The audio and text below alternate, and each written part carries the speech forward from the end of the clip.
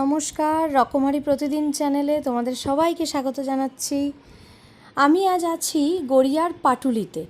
কয়েকদিনের জন্য বাবা মায়ের কাছে এসেছি, আর এখানে এসে একবার অন্তত পাটুলিতে সন্ধ্যাবেলা ঘুরতে আসবো না তা হয় না। খুব সুন্দর করে সাজানো এই পাটুলি, জানো তো। সন্ধ্যাবেলাটা বেশ ভালো সময় কাটে এখানে এলে। অনেকেই এই জায়গাকে পাটুলি ঝিল পাড় নামেও চেনে, কারণ এখানে আগে শুধুই দুধারে বড় বড় ঝিল ছিল, পরে সেই ঝিলের পাড়কেই সুন্দরভাবে সাজিয়ে তোলা হয়েছে। তো যাই হোক, আমি এখানে কাদের সাথে এসেছি জানো, আর কাদের সাথে সবসময় আসি সেটাও জানো? আমার একদম ছোট্টবেলার নার্সারির বন্ধুদের সাথে। আমাদের বন্ধুদের গ্রুপটা যদিও অনেক বড়, তবে সবসময় তো সবার একসাথে টাইম হয়ে ওঠে না। কিন্তু আমরা 3জন বন্ধু চেষ্টা করি আমি এখানে আসার পর অন্তত একটা দিন মিট করার। আজ ওদের সাথেও তোমাদের আলাপ করিয়ে দেবো।